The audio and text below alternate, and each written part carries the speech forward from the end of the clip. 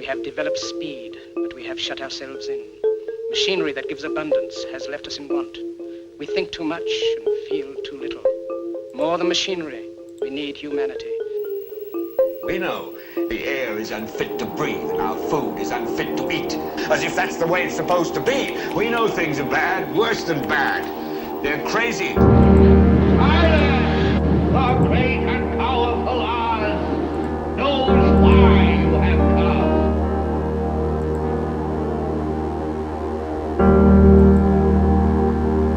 You've got to say, I'm a human being. God damn it. My life has value. You have meddled with the primal forces of nature.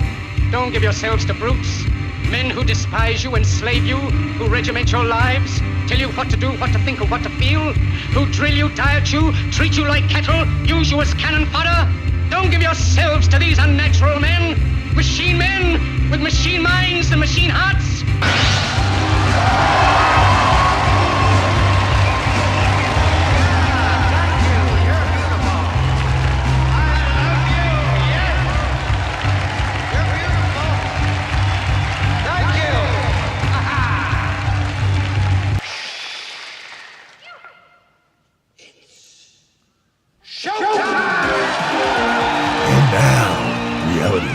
With Jason Bermas. And who loves you?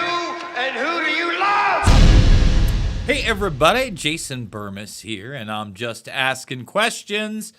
And the question that we're going to ask, and we're actually going to get an answer today, is what exactly did Donnie T say at the World Economic Forum? Now, I want to start here.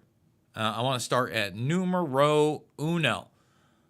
Purposely, I did not watch really any of this prior to the broadcast. I watched I don't know, I caught like maybe 2 or 3 minutes of the panel that was talking to him and asking him questions after the fact before I recorded. A banger of a Making Sense of the Madness airs for the first time tomorrow at 5 p.m. Eastern, but you can watch a clip of it. And this is a world exclusive. I have never heard this before. You go watch that clip over on my X account right now, and there's a reason that I'm teasing this. So there's an authorized autobiography, an authorized biography of Alan Dershowitz by a very, very young guy named Solomon Schmidt. And I had him on the second half of the broadcast. First half was great. Dr. Simone Gold, John Rich, that's a whole nother discussion. But in the tail end of it, literally in the last few moments of the interview, I asked him if he has Leslie Wexner in there, because obviously Wexner and Dershowitz had a relationship. He had mentioned Virginia Giuffre Roberts. I really put the young man on the spot on a few issues. He claims, well, he doesn't claim, he put it in the book. He says that Dershowitz told him there was a rumor going around that the relationship between Epstein and Wexner was one where they had a homosexual relationship, and then Epstein blackmailed him because of it. Now, I'm not saying that's true. I'm just saying that is a bombshell of a rumor, accusation coming out of Dershowitz's mouth via the Epstein thing that no one else has reported on. So you want to see that clip? It's over on X. What we're going to do here, because I wanted to be as objective as possible, I want you guys to get my initial reactions, whether I agree or disagree, or I want to put something in context of this remote Davos speech/forum that is, you guessed it, there he is. He is introduced by Klaus Nut Schwab himself. So this video right there is 45 minutes long. This is going to be a banger. As I was telling you guys earlier in the week that Trump was going to virtually appear, and that a lot of them think this is a long-term shift. We're going to see what that is. I do want to say this before we get going. I thought we would have a laugh. Danny Polishchuk, who does amazing work with Ryan Long, but also has a lot of great solo stuff in his own bathhouse podcast. He did a little stand-up comedy, tongue-in-cheek, at the World Economic Forum, wink, wink. And we're going to play that set before we play Donnie T at the World Economic Forum. So thumbs it up, subscribe, and share. Here we go.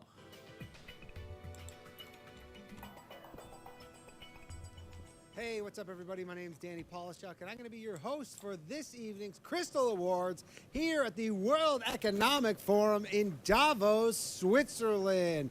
Big round of applause for everybody who came out here tonight. All right, that's enough applause, everybody. I will say you folks over here in Davos really know how to treat people. I was just backstage before I came out here, and the spread was incredible. I've never eaten so many different kinds of bugs in my life. Nah, just kidding. I know you guys aren't the ones who are actually eating the bugs. It's just the poor people. Speaking of poor people, where's Elon Musk at? Elon, is he here? Oh, I guess he couldn't make it today because he's too busy losing money. A lot of familiar faces in the crowd tonight. A lot of familiar faces in the crowd. Familiar, of course, to Jeffrey Epstein's pilot. I see you. Yeah, a few of you have been to Epstein's Island. Don't be bashful. Pretty much everyone here tonight flew in on a private jet, as per usual. I will say, everybody in this room probably released more gas than Klaus Schwab's stinky ass. Klaus, I see you over there, Klaus. Also, we got our man of the hour tonight, Idris Elba. Everybody, big round of applause for Idris Elba. Idris Elba, yeah, I guess because you couldn't get to be James Bond in the movies, I figured you just come and hang out with some real-life supervillains. I'm not sure if Idris Elba, if you're getting paid to be here tonight, or if your payment is Klaus Schwab just letting you see your family ever again. Speaking of Klaus Schwab, everybody, round of applause for Klaus Schwab. Without that man, there would be no World Economic Forum. Klaus, where's your fancy getup? That crazy leather suit. Where'd you get that thing, by the way? Villains are us? Klaus has famously said that people will own nothing and be happy. Well, Klaus, I own nothing and I'm sad. Explain that. George Soros couldn't make it tonight, unfortunately. He had to cancel last minute because he's too busy destabilizing the West. All right, everybody, have a great rest of your World Economic Forum, and I've been Danny Polishchuk. And if nobody hears from me next week, it's because I've been killed. Anyways, have a good night, everybody. So there it is. I really do love Danny. I think he does really good work. I enjoy him. He's had me on his podcast. I need to get Polishchuk on my show. Without further ado, we are going to play it, and I'm probably going to be stopping this from time to time, but at the same time, I want to give Donnie T a chance to speak for himself. Here we go.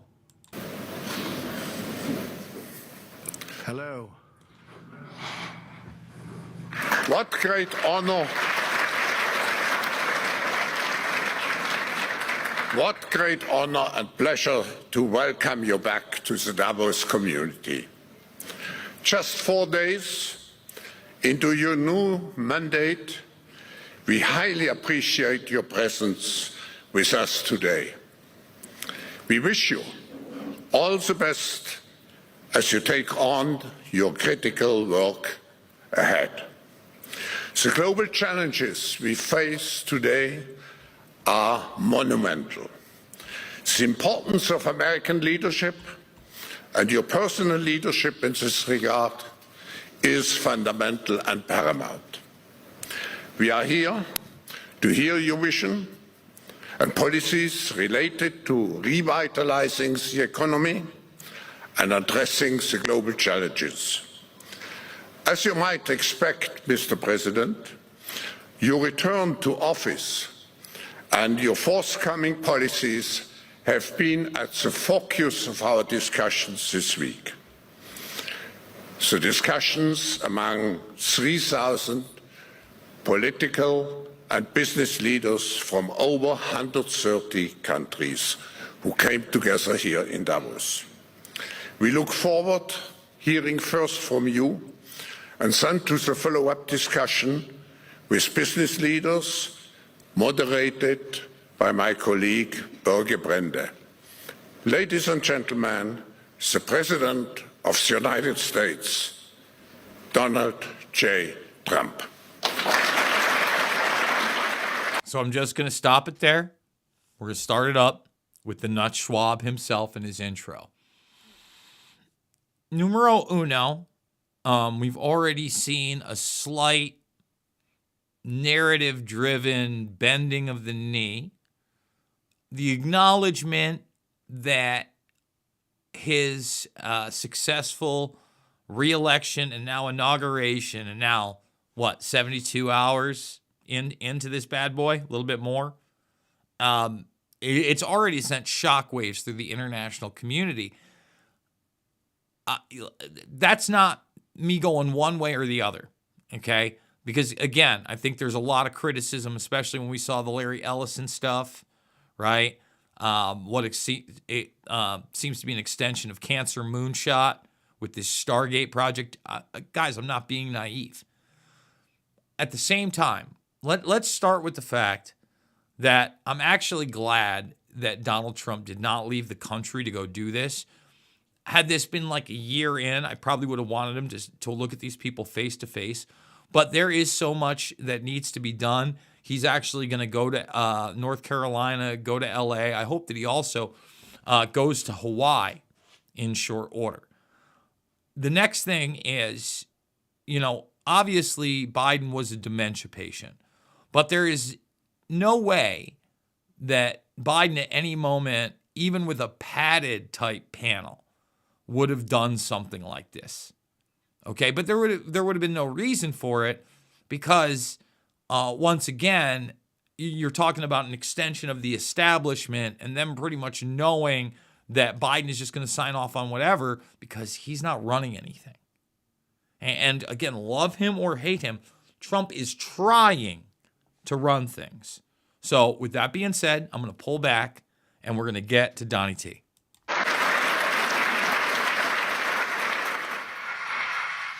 Well, thank you very much, Klaus, and hello to everyone in beautiful Davos. This has been a truly historic week in the United States. 3 days ago, I took the oath of office, and we began the golden age of America. The recent presidential election was won by millions of votes, and all seven, every one of them, all seven swing states. There was a massive mandate from the American people like hasn't been seen in many years, and some of the political pundits, even some of my so-called enemies, said it was the most consequential election victory in 129 years. That's quite nice. What the world has witnessed in the past 72 hours is nothing less than a revolution of common sense.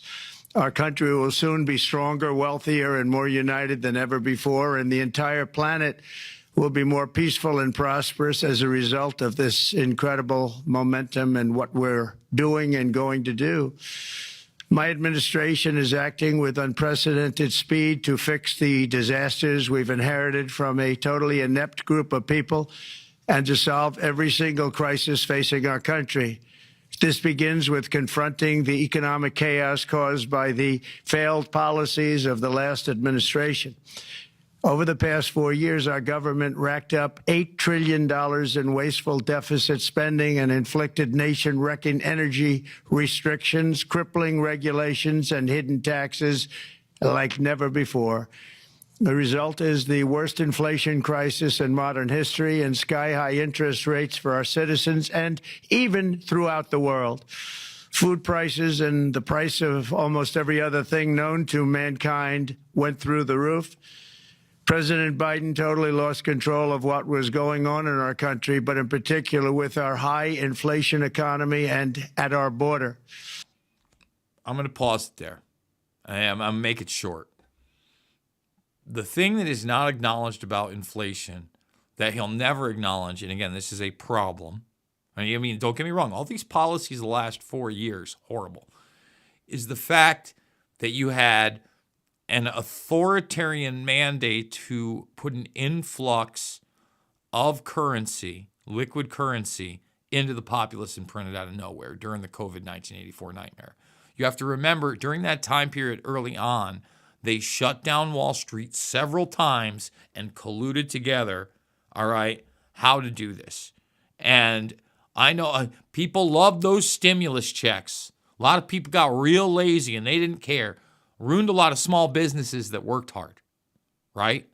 And then so devastated a part of the working economy. But then on top of that, drove such a transformation of wealth to the already extremely wealthy. I mean, just as an example here, the on-paper wealth of the Muskernuts, pre-COVID 1984, post-COVID 1984. It's not even, it's like whoa sauce. You get it? So that's a problem that we're not acknowledging that. And the other thing that we have to acknowledge is we're also on a fast track to a transformative economy based on the blockchain and electronics. And that is coming in a fast track, I'd say, in the next 5 years, in the way that credit cards got normalized. Really, I would say mid to late 90s, everybody that was 18 or more had one. And that wasn't a thing in the 80s/early 90s. Let's get back to Trump. Because of these ruinous policies, total government spending this year is $1.5 trillion higher than was projected to occur when I left office just 4 years ago. Likewise, the cost of servicing the debt is more than 230% higher than was projected in 2020. The inflation rate we are inheriting remains 50% higher than the historic target. It was the highest inflation probably in the history of our country. That's why from the moment I took office, I've taken rapid action to reverse each and every one of these radical left policies that created this calamity, in particular with immigration, crime, and inflation. On day one, I signed an executive order directing every member of my cabinet to marshal all powers at their disposal to defeat inflation and reduce the cost of daily life. I imposed a federal hiring freeze, a federal regulation freeze, a foreign aid freeze, and I created the new Department of Government Efficiency. I terminated the ridiculous and incredibly wasteful Green New Deal. I call it the Green New Scam. Withdrew from the one-sided Paris Climate Accord and ended the insane and costly electric vehicle mandate. We're going to let people buy the car they want to buy. Let's stop it right there. Again, whether you like it or not, whether you think he is sincere or not on those issues, the Green New Scam, that's literally Trump coming out in front of all of these people, okay, whipping out his wang dang doodle, husky nuts and all, okay, and taking a hot, steaming, like coffee and asparagus-driven piss on all of them. Okay? Again, whether you like it or not, like that's how I see it. Like if I were to draw myself a nice little political cartoon, maybe AI can draw that one for me. Let's not get too graphic. Let's have it at an angle. But like saying those things, that's huge that he does. This is why I want him to speak at these type of things. So that's where I can get behind him 1,000%. I declared a national energy emergency, and that's so important, national energy emergency to unlock the liquid gold under our feet and pave the way for rapid approvals of new energy infrastructure. The United States has the largest amount of oil and gas of any country on earth, and we're going to use it. Not only will this reduce the cost of virtually all goods and services, it'll make the United States a manufacturing superpower and the world capital of artificial intelligence and crypto. My administration has also begun the largest deregulation campaign in history, far exceeding even the record-setting efforts of my last term. In total, the Biden administration imposed $50,000 in additional regulatory costs on the average American household over the last 4 years. I got to sneak it in here because he snuck it in. He really just quickly and rapidly went past the AI and crypto. Like I said, blockchain's going to be big. That agenda of automation, AI, et cetera, is going nowhere but forward. All right? And remember, Trump is actually hip to the fact that the AI-driven stuff is going to take a ton of energy. He's like the only person talking about it. And now he's the president of the United States. I suppose that's a good thing. But that's not an issue just to like gloss over. That is like one of the epically critical issues of the day. Okay, let's continue with Trump. I have promised to eliminate 10 old regulations for every new regulation, which will soon put many thousands of dollars back in the pockets of American families. To further unleash our economy, our majorities in the House and Senate, which we also took along with the presidency, are going to pass the largest tax cut in American history, including massive tax cuts for workers and family, and big tax cuts for domestic producers and manufacturers. And we're working with the Democrats on getting an extension of the original Trump tax cuts, as you probably know, by just reading any paper. My message to every business in the world is very simple. Come make your product in America, and we will give you among the lowest taxes of any nation on earth. We're bringing them down very substantially, even from the original Trump tax cuts. But if you don't make your product in America, which is your prerogative, then very simply you will have to pay a tariff, differing amounts, but a tariff which will direct hundreds of billions of dollars and even trillions of dollars into our treasury to strengthen our economy and pay down debt. Under the Trump administration, there will be no better place on earth to create jobs, build factories, or grow a company than right here in the good old USA. Already Americans' economic, you can see this, I think, maybe even in your wonderful, wonderful room that you're all gathered together, so many of my friends, but Americans, the economic confidence is soaring like we haven't seen in many, many decades, maybe not at all. Upon my election, it was just announced that small business optimism skyrocketed by 41 points in a single month. That's the highest ever. There's never been anything like that. Let me just stop it right there. So I just want to say this. When we're talking about the economy, when we're talking about the small business stuff, etc., he talked about lower taxes, tax breaks, tariffs. We have to remember, it was just a couple days ago during the inauguration, he's talking about this quote-unquote golden age where, you're eliminating that type of tax. And he's already alluded to the idea of eliminating a federal income tax. Now, I'm not saying, I think that's, right now, it's still not comprehensible to me that's even a possibility. Boy, that would be Ron Paul-esque to the point where, again, it's just so unbelievable. I'm still not even on the hopium train, especially with the fact that he just mentioned what he did, right? Now, do I think that he brings the ability for that small business economy to explode? Yes. Yes. I think he can also drive prices down. I think the guy's a good business guy.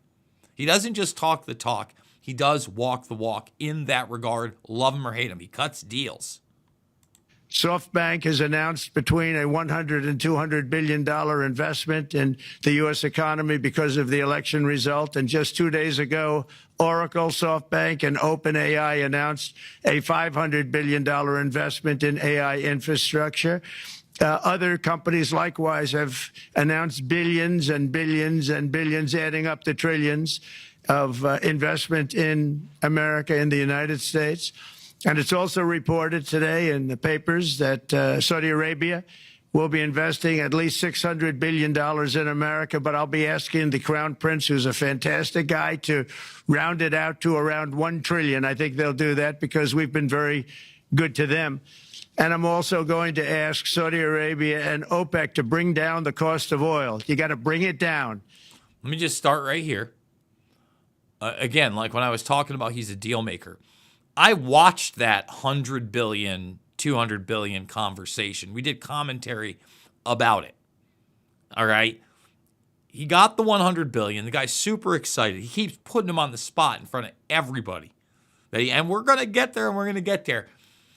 Whether he gets there or not, I bet you he gets more than 100 billion. And that's a way to do it. All right? I mean, that's part of that quote-unquote Trump charm. And just like the January 6th pardons were real, just like it's real Ross Ulbricht isn't in jail, if we put enough public pressure on things, things become real. By the way, I see over 200 people watching. We don't even have 100 thumbs up over on the YouTube, where it's very hard to get these type of numbers over on this channel. Please consider giving a sub, ringing that bell for the notifications. And guys, once again, I can't do it without you.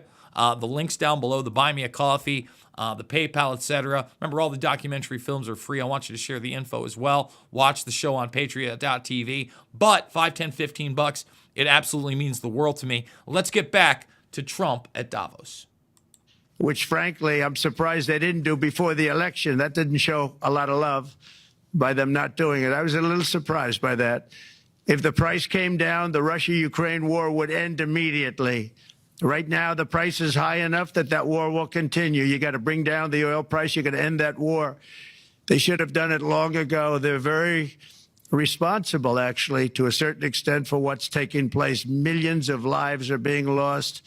With oil prices going down, I'll demand that interest rates drop immediately, and likewise, they should be dropping all over the world. Interest rates should follow us. All over, the progress that you're seeing is happening because of our historic victory in a recent presidential election, one that has become quite well known throughout the world. I think a lot of things are happening to a lot of countries. They say that there's light shining all over the world since the election, and even countries that we aren't particularly friendly with are happy because they understand what there is a future and how great the future will be. Under our leadership, America is back and open for business. And this week, I'm also taking swift action to stop the invasion at our southern border. They allowed people to come in at levels that nobody's ever seen before. It was ridiculous.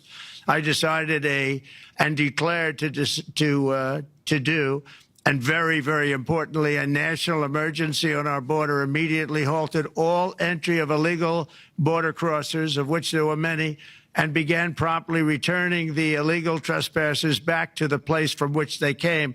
That action, as you've probably seen, has already started very strongly. I've deployed active duty U.S. military and National Guard troops to the border to assist in repelling the invasion. It was really an invasion. Now, let me just make commentary on this. I remember in the beginning of the Biden administration, when there was just like outright denial of reality, right? Like, for instance, when we're talking about the economy, Janet Yellen and others would sit there and go, oh, we believe inflation is going to be transitory. It's transitory. Total Johnny nonsense.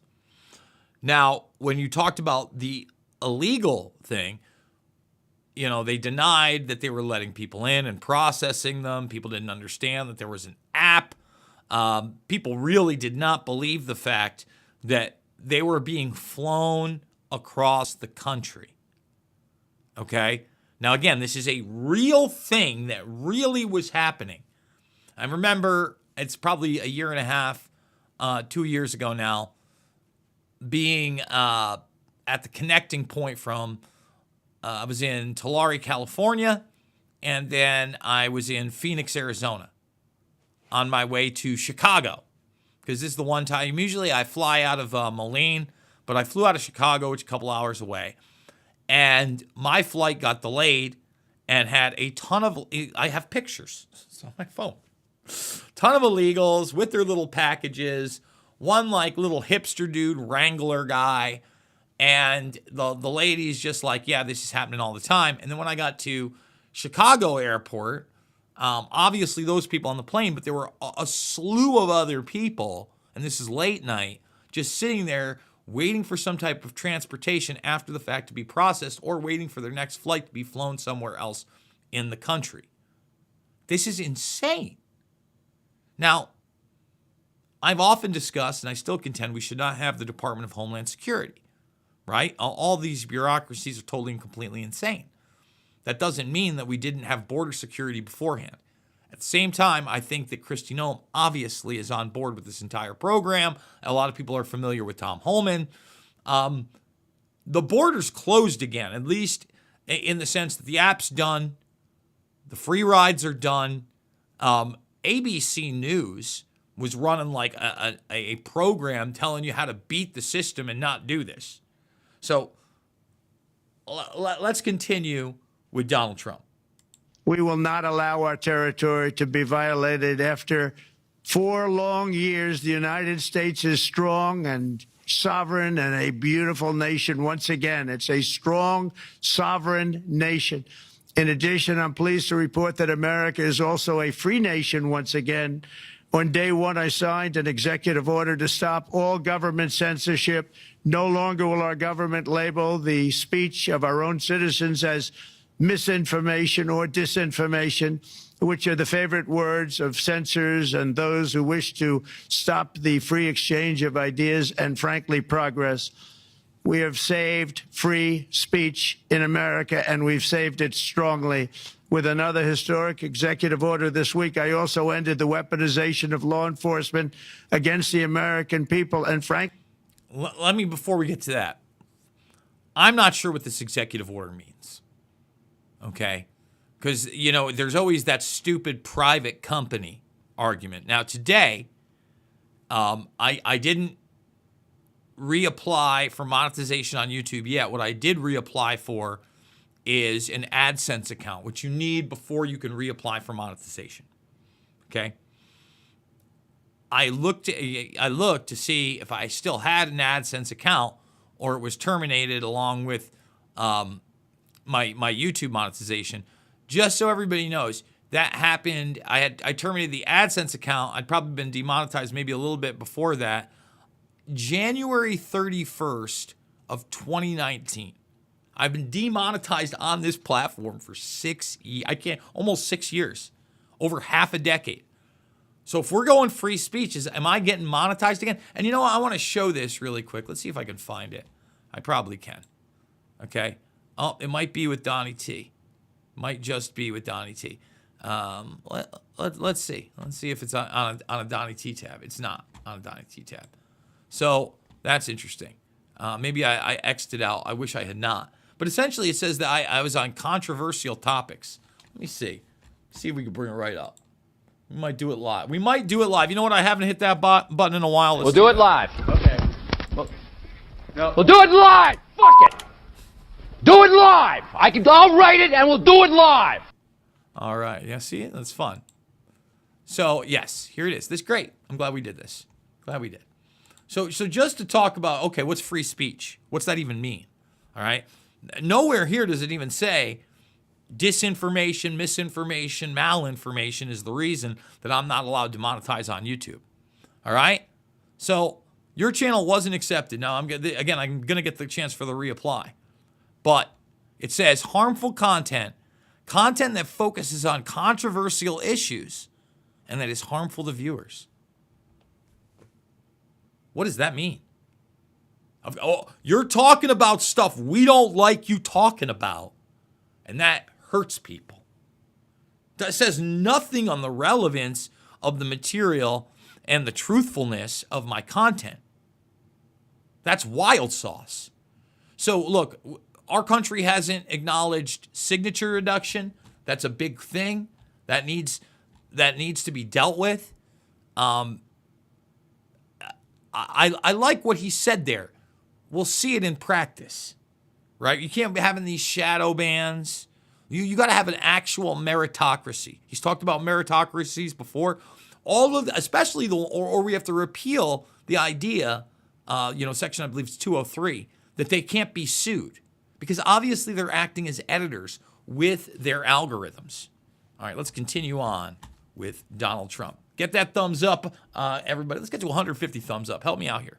Against politicians and restored the fair, equal, and impartial rule of law.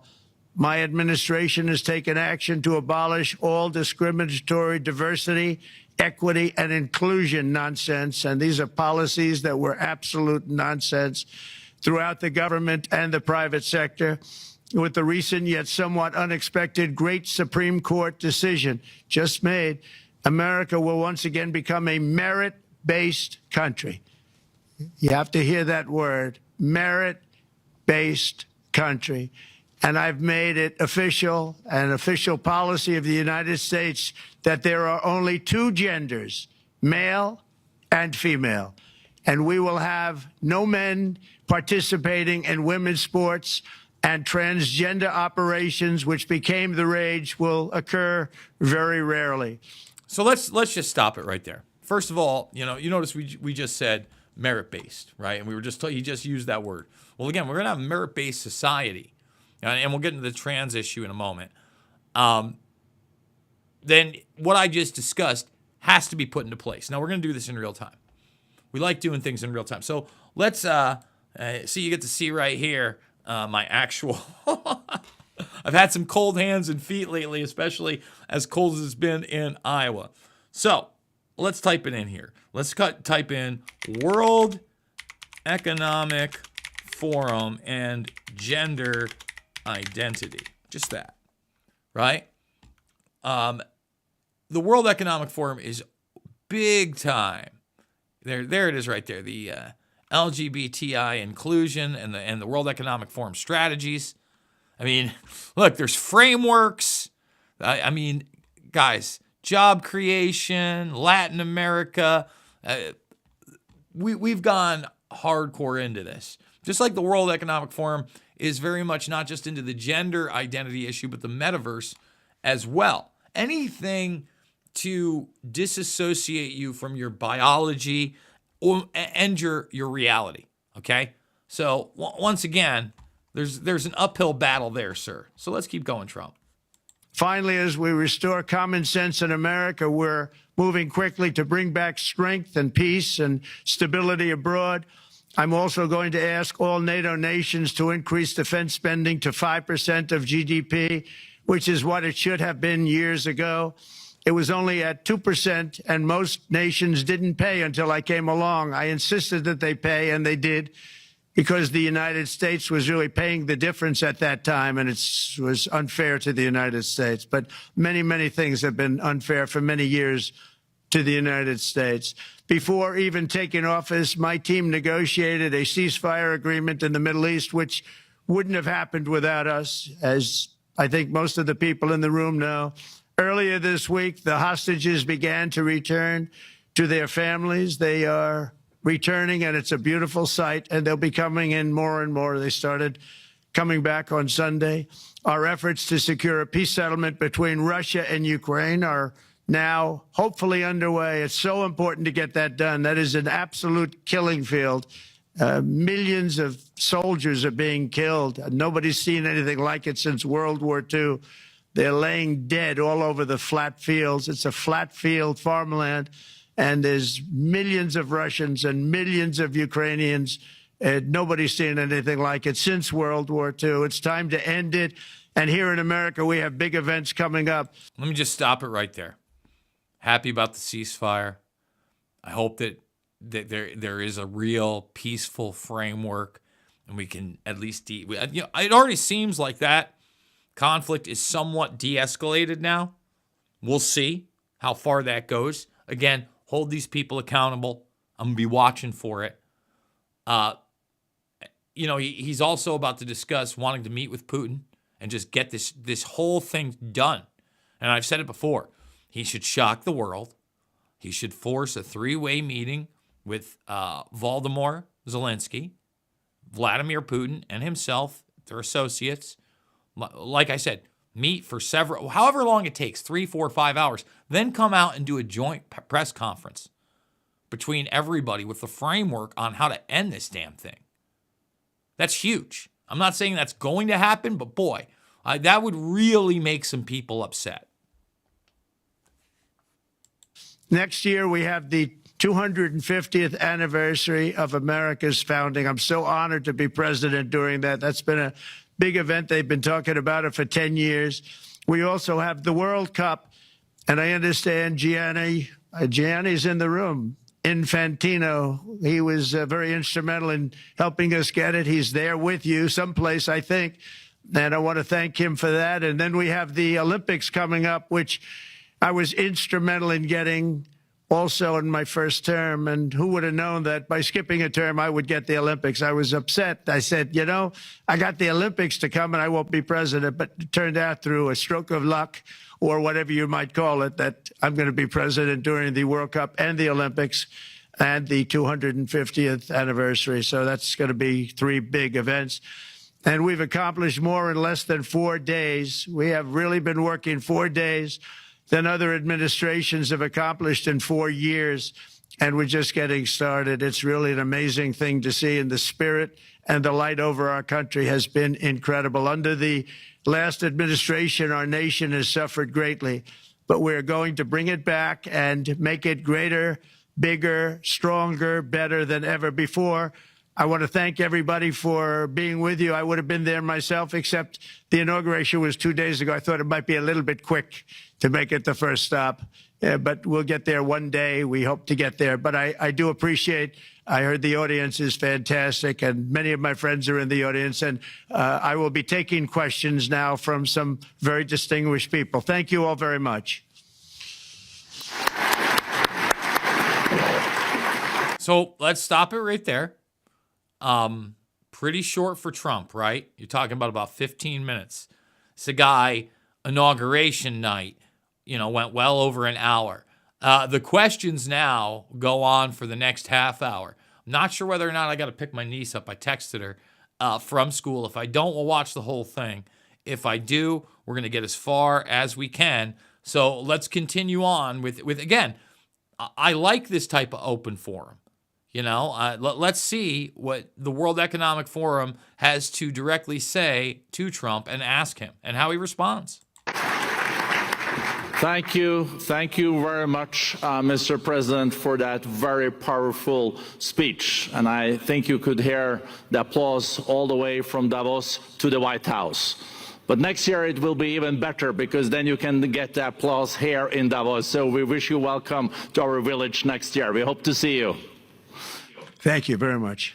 So we also know, Mr. President, that you open up for interaction here. We have a great panel with some of the most distinguished business people in the world. Let me start with someone that you know really well, that I think is almost a neighbor of you in Florida. Mr. Steve Schwarzman, Chairman, CEO, and co-founder of Blackstone Group. So, Steve, floor is yours. Well, Mr. President, I'm sure the Crown Prince of Saudi Arabia will be really glad you gave this speech today.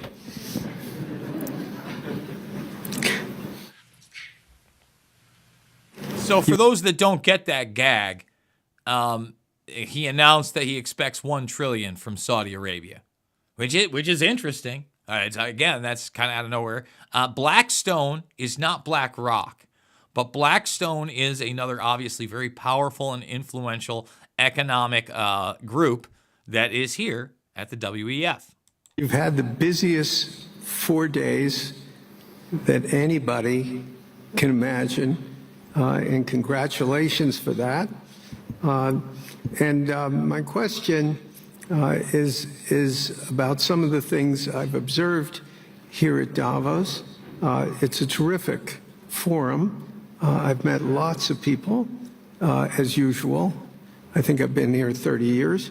And a lot of the European business people have expressed enormous frustration with the regulatory regime in the EU, and they attribute slower growth rates here because of numerous factors, but especially because of regulations. And you've taken a completely different approach in this area.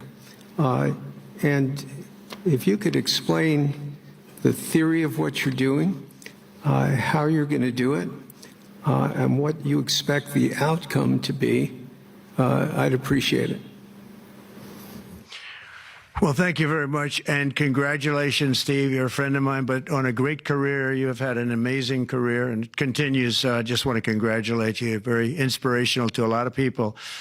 I want to talk about the EU because you mentioned specifically that I've also had a lot of friends and leaders of countries. I've gotten to know them all my first term and a little bit during this period of 4 years and know them well, like them a lot. But they're very frustrated because of the time everything seems to take to get approved, environmental impact statements for things that you shouldn't even have to do that, and many, many other ways that it takes. And I'm going to give you a quick little example. In the private life, my beautiful private life, before I had all these things happening, the world is a little different. I had a nice, simple life. You knew that. But when I had that simple life, I did projects, and I had a big project in Ireland, and it had to get approval on something that would have made it even better. And I got the approval from Ireland in a period of a week, and it was a very, very, very efficient, good approval. And they informed me, though, the problem is you're going to have to get it from the EU, and we think that'll take 5 to 6 years. And I said, you have to be kidding. And this was before politics. And I said, wait a minute, it's not that important. I don't want to go 5 or 6 years, but it would have been a big investment. It would have been nice, and it would have been good for the project. And I sent the people to the EU to see if they could speed it up. And basically it was a 5 or 6 year wait just to get a simple approval that Ireland gave me in a period of literally not much more than a week. And I realized right then, that was the first time I really was involved with the EU, but I realized right then that's a problem, and I didn't even... Let me just stop right there. The European Union, is the brainchild, just like the World Economic Forum is the brainchild of Bilderberg, of that Anglo-American kind of Israeli post-World War II establishment that had their interests meeting in secret. All right. And one of the reasons they want the EU is because you have this unelected bureaucracy that basically gives you the type of, you could call it crony capitalism. You could call it, really, it's a type of fascism masked even in crony capitalism, right? Masquerading as some kind of a legitimate government when it's none of those things. Right, that the squeeze is on when your regulations for approvals are going to take 5 or 6 years. Things are over-regulated. I'm not saying we don't need regulations, but, this is a real deal thing. This keeps most people out of the arena of competition, hence what true capitalism would be about. Bother applying to do it. Or if I did, I pulled it very quickly. I have to be very accurate because I don't want to be criticized. He did apply, actually. No, I want to be very accurate. So I don't think I did, but if I did, I pulled it very quickly. It was just something you couldn't wait 5 years or 6 years to get an approval. So a lot of, in a very big business sense, a lot of people are claiming that's the problem. From the standpoint of America, the EU treats us very, very unfairly, very badly. They have a large tax that we know about, and a VAT tax, and it's a very substantial one. They don't take essentially don't take our farm products, and they don't take our cars, yet they send cars to us by the millions. They put tariffs on things that we want to do, like, for instance, I think they actually, in terms of, these are non-economic or non-monetary tariffs, and those are very bad, and they make it very difficult to bring products into Europe, and yet they expect to be selling, and they do sell their products in the United States. So we have, hundreds of billions of dollars of deficits with the EU, and nobody's happy with it, and we're going to do something about it, but nobody's happy with it. So I think the EU has to speed up their process. Friends of mine that are in some of the nations within the EU, great people, they want to be able to compete better, and you can't compete when you can't go through the approval process fast. There's no reason why it can't go faster. So, I'm trying to be constructive because I love Europe, I love the countries of Europe, but the process is a very cumbersome one. And they do treat the United States of America very, very unfairly with the VAT taxes and all of the other taxes they impose. One other, just to finish up, I got a call from the head of a major airline, one of the biggest airlines in the world, and he said, "Sir, could you help us? What? Landing in Europe is brutal. They charge us fees for everything, and it's so unfair." I said, "How does it compare to China?" He said, it's much worse. And the other thing, as you know, they took court cases with Apple, and they supposedly won a case that most people didn't think was much of a case. They won 15 or 16 billion from Apple. They won billions from Google. I think they're after Facebook for billions and billions. These are American companies, whether you like them. They're not really American companies. Plenty of international investments. At the same time, the censorship that the EU is all about, and again, the inability to challenge that on a, man, I don't even want to say a level playing field, because you've seen what's happened in other countries through the EU with arrests of people for thought crimes. Extremely dangerous.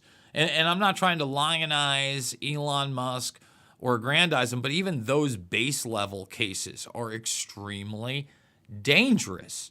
And, you know, nothing, I like nothing about the EU, but you look at Brexit and the British trying to get out of the EU, they were supposed to. Somehow, some way, it just, no, not going to do it. You look at France and the yellow vest protests. You know, again, they're not out of the EU. They don't want the EU either. So, you know, that's another stronghold of this globalist unit, that the new, I don't want to say administration, really, the new pushback, populist pushback of the people has to go full throttle against in the narrative and any way possible to eliminate or dissipate their power. Or not, they're American companies, and they shouldn't be doing that. And that's, as far as I'm concerned, it's a form of taxation. So we have some very big complaints with the EU. Thank you. Thank you very much, Mr. President. We'll now go to one of your friends in the EU, Patrick Pouyanné. He's the chairman CEO of Total Energies. I guess you have a question ready, Patrick, for the president. Mr. President, as we understand, energy is at the top of your agenda, and it's an honor for me to represent the energy industry tonight. In this panel, Total Energies is indeed the fourth largest oil and gas and electricity company in the world. I will not ask you a question about the oil price. It's quite clear what you expect from us. I will go to gas more. And our company is the largest #1 exporter LNG from the US company. We are a strong contributor to, and we invest in a mammoth LNG projects in Texas, $20 billion. It's far from 200, but it's $20 billion. And we contribute with that to security of supply to Europe, as we export this LNG to Europe. Some experts fear that if there are too many projects developed in the US on LNG, this could have an inflationary impact on the US domestic gas price. And they recommend a pause on these projects. I would ask you the following question. What are your views about such a pause on investments on LNG in the US? What would happen if you would observe an increased domestic gas price because of these exports? And final question, which is important for Europe, would you agree to guarantee security of supply of US LNG to Europe? Well, in the last part of your question, yes, I would. I would make sure that you get it. If we make a deal, we make a deal, you'll get it.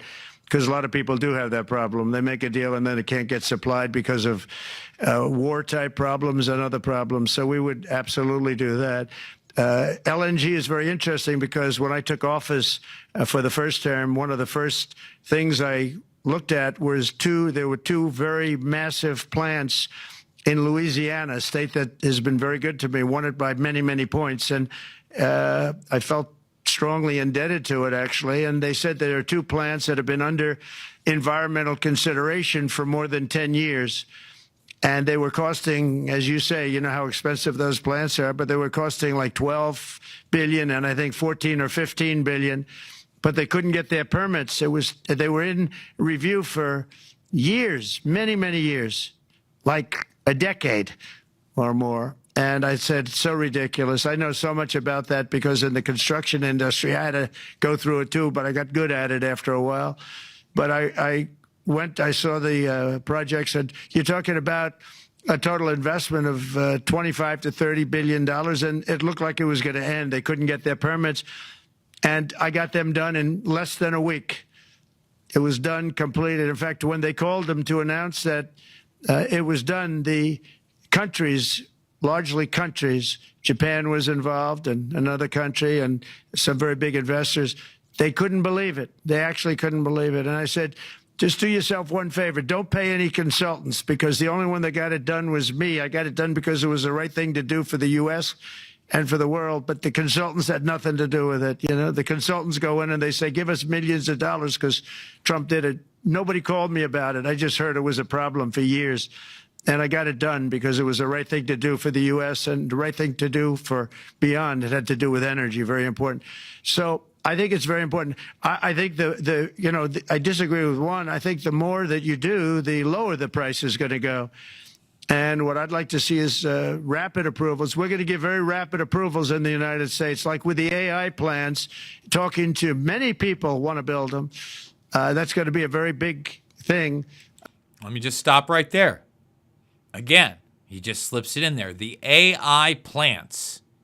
The AI plants. And we already have these large corporations talking about these mini nuclear plants.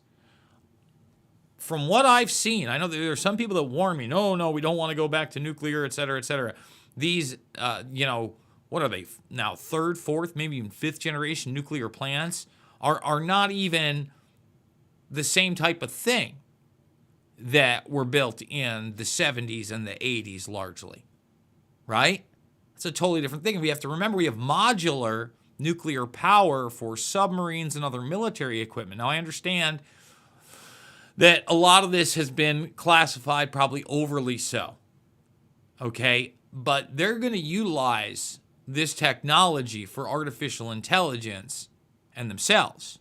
And again, that's why we have to apply pressure that the people get this too, that this technology is advantageous for humanity. We're going to build electric generating facilities. They are going to build. I'm going to get them the approval. Under emergency declaration, I can get the approvals done myself without having to go through years of waiting. And the big problem is we need double the energy we currently have in the United States. Can you imagine? For AI to really be as big as we want to have it, because it's it'll be very competitive with China and others. So I'm going to give emergency declarations so that they can start building them almost immediately. And I think it was largely my idea because nobody thought this was possible. It wasn't that they were not smart, because they're the smartest. But I told them that what I want you to do is build your electric generating plant right next to your plant as a separate building, connected. And they said, wow, you're kidding. And I said, no, I'm not kidding. You don't have to hook into the grid, which is old and, could be taken out. If it's taken out, they wouldn't have any way to get any electricity. So we are going to allow them to go on a very rapid basis to build their plant, build the electric generating plant. They can fuel it with anything they want, and they may have coal as a backup, good, clean coal, If there were a problem with a pipe coming in, as an example, you're going with gas, oil or gas, and a pipe gets blown up or for some reason doesn't work, there are some companies in the U.S. that have coal sitting right by the plant so that if there's an emergency, they can go to that short-term basis and use our very clean coal. So that's something else that a lot of people didn't even know about. But nothing can destroy coal, not the weather, not a bomb, nothing. It might make it a little smaller, might make it a little different shape, but coal is very strong as a backup. It's a great backup to have that facility, and it wouldn't cost much more money. And we have more coal than anybody. We also have more oil and gas than anybody. So we're going to make it so that the plants will have their own electric generating facilities attached right to their plant. They don't have to worry about a utility. They don't have to worry about anything. And we're going to get very rapid approvals. You know, I'm going to leave my commentary limited on the coal, the gas, the oil stuff, other than I'm ready to start paying $2 and $2.50 for premium gas again. I've been tasting that $4 mark and sometimes much more for a while. I'm in Iowa, where it's actually, you know, not too bad. In fact, I love the fact I'm able to get ethanol-free gas in this state where you can't get that in most. But one of that parts of the Trump effect is, you know, if he's able to implement these policies and they start going through in rapid fashion, I'm hoping in 3 months, 6 months, that becomes a reality.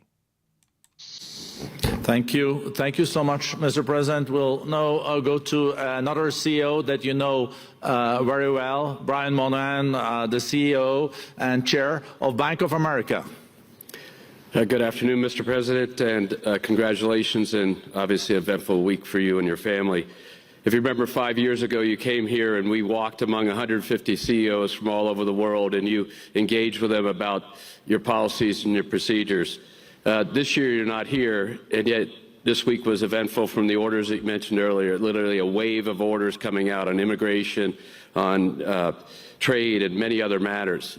And so, as a representative of the United States here, we got a lot of questions about what does all this mean and how would the president square this with his clear focus on growth, prosperity, market growth, stock market growth, a good bond market, and bringing down prices. So how do you think about the impact of all these orders and how fast they come out, and how you're going to balance them with that scorecard of being successful in both continuing GDP growth, bringing down inflation, and also having a good stock price appreciation for the American citizen?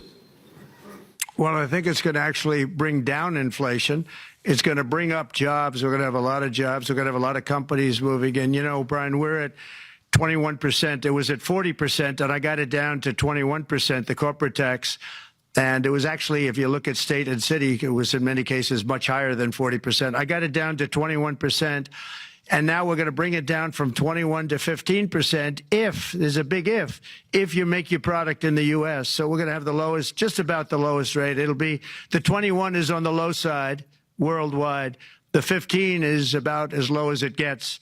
And by far the lowest of a large country, a large, you know, rich, powerful country, by far, not even a contest. So we're going to bring it down to 15% if you make your product in the USA. So that's going to create a tremendous buzz. We're also probably going back to the 1 year deduction where we deduct, you know, we did that originally, and that was amazing what the impact that had, the 1 year deduction, which built up over a period of time, and then it expires.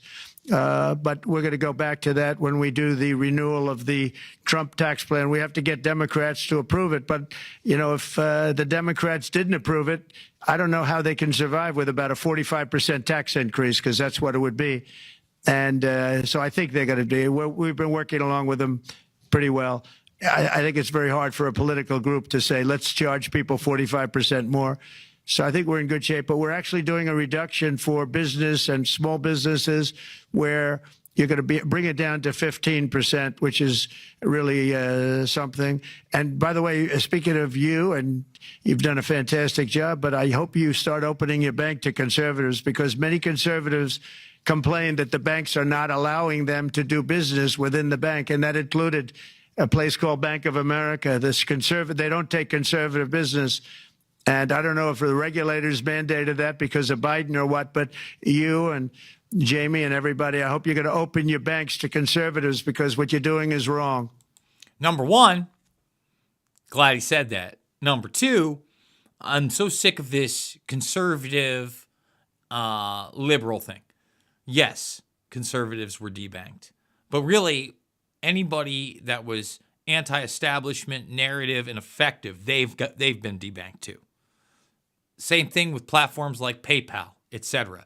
These services have to be open to everybody's political views, even if indeed they are grotesque or thought of by the majority, okay, as grotesque, period.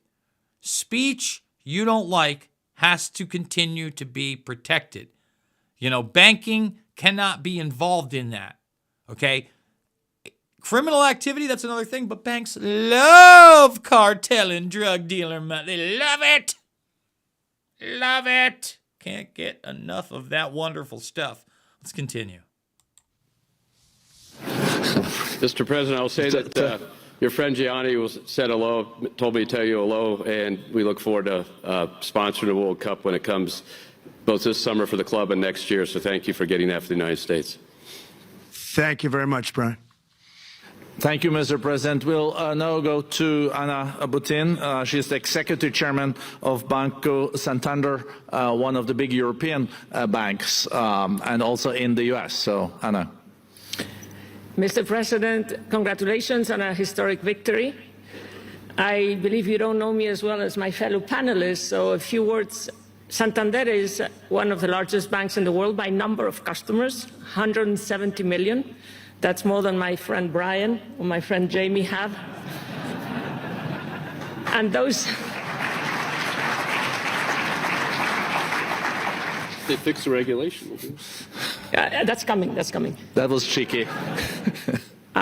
We're a big investor in the United States. We have many million customers, 12,000 employees. We're one of the largest auto lenders.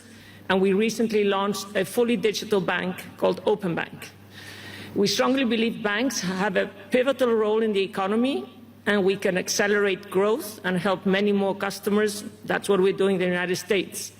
So, as Brian pointed out, we very much welcome your focus on deregulation and reducing bureaucracy. So my question is, what are your priorities in this regard, and how fast is this going to happen? Thank you very much. I think it's going to, thank you and congratulations. I know very much about your bank, and you've done a fantastic job. Congratulations. We are going to move very quickly. We've moved very quickly. We've done things in the last 3 days that nobody thought were possible to do in years. And it's all taking effect. It's going to have a huge impact on the economy, a huge positive impact. Money was being wasted on crazy things. I mean, the Green New Deal was such a total disgrace, how that was perpetrated. And it was conceived of by people that were average students, less than average students, I might add, and never even took a course in energy or the environment. It was just a game. Remember, the world was going to end in 12 years? Remember that? Well, the 12 years has come and gone. It was going to end. It was going to all foam into earth. But, you know, the time has come. These people, and they really scared the Democrats large. I can't say the Republicans. The Republicans maybe could have fought harder to stop it, but it's been a tremendous waste of money. You know, during my 4 years, we had the cleanest air, we had the cleanest water, and yet we had the most productive economy in the history of our country. We had the most productive economy. Now, let me just say this. Again, I love any time that he exposes the actual agenda behind the climate Johnny nonsense. Okay, I do. The real question was about banks. You heard about Open Bank. I've already talked about digital money, blockchain, AI. That's pushing forward. That's pushing forward. Until COVID came, we had the most productive in the history of our country by far. And actually, you can look worldwide. We were beating everybody from China to everybody else. So, and we think we really now, with what we have learned and all of the other things that have taken place, we think we can even far surpass that, actually far, far surpass it. But one thing we're going to be demanding is we're going to be demanding respect from other nations. Canada, we have a tremendous deficit with Canada. We're not going to have that anymore. We can't do it. I don't know if it's good for them. As you probably know, I say you can always become a state. And if you're a state, we won't have a deficit. We won't have to tariff you, et cetera, et cetera. But Canada. Let me just stop that with the Canada stuff. I know there's a lot of people talking about a rebrand of the North American Union. I really hope all that stuff is really tongue-in-cheek. At the same time, there's a part of me that doesn't love the fact that Canada is still basically a part of that royalty-based system, right? Basically a proxy for European bloodlines, period. But that's, a topic for another day. Unfortunately, guys, there is about 8.5 more minutes of this. I got to go pick up my niece. And once again, I could really use your support. $5, $10, $15. Hillary donated during the broadcast. Thank you so much. It means the world to me. The Buy Me a Coffee PayPal link are down below. I do want to remind everybody I am a documentary filmmaker. All of my films are free. I think they are important. Loose Change, Final Cut, Fabled Enemies, Invisible Empire, A New World Order, Define and Shade the Motion Picture. Please thumbs this up, subscribe, share, okay? Ring that bell for notifications. But remember, I said this before. We're going to take a look at it right here at the start of the broadcast. Follow me on X for stories that may not get covered here right away or covered at all, or for a lot of the raw footage. And right here, let's see. What it didn't have? Oh, that's right. It'll have it later. Here it is right here. This is the author of the authorized biography of Alan Dershowitz, talking about how Alan Dershowitz said there was a rumor out there that Leslie Wexner and Epstein were having a homosexual relationship and that Epstein extorted Wexner from that front. Go watch it yourself. The entire interview is going to be tomorrow on Patriot TV. Remember, that show airs every single weekday at 5 p.m. Eastern. You guys know the drill. It is not about left or right. It is always about right and wrong. I absolutely love you guys. We will see you all on the flip side.